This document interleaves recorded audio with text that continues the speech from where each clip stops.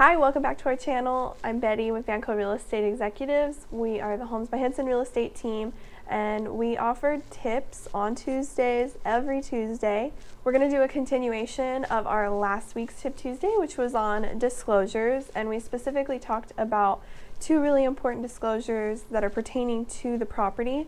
This is the transfer disclosure statement and the seller property questionnaire. So to continue with this, I first wanted to talk about the importance of time frames. When do you need to send these out to the buyers? Okay, so to find the answer, you always revert to the residential purchase agreement that was signed between the buyer and the seller. All of the time frames are going to be laid out in that contract. Those are the ones that are binding to the buyer and the seller, unless otherwise agreed in writing afterwards in like an addendum or an amendment. We also call the residential purchase agreement an RPA for short. So I'll go ahead and refer to it as that. That way I don't fumble over my words trying to say residential purchase agreement constantly. So in the RPA, it is pre-written that disclosures are due to buyers within 7 days of the acceptance date. So that is the most amount of time you want to take, otherwise you would be in breach of the contract.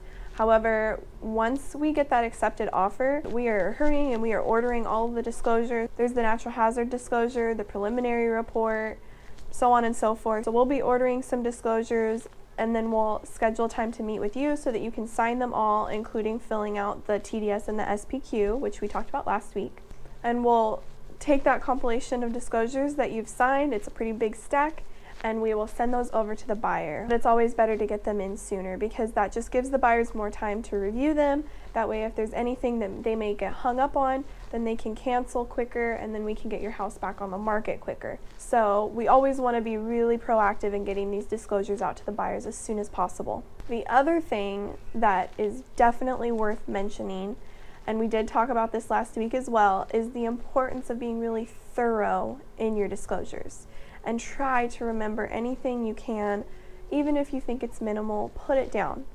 Because I actually took a copy of the RPA and I wanted to share with you one of the things that it has in here that you're signing whenever you accept an offer. It says, if any disclosure or notice specified in paragraph 10A1, which it talks about all of the disclosures that you'll be signing within those 7 days, is delivered to buyer after the offer is signed, buyer shall have the right to cancel this agreement within 3 days after delivery in person.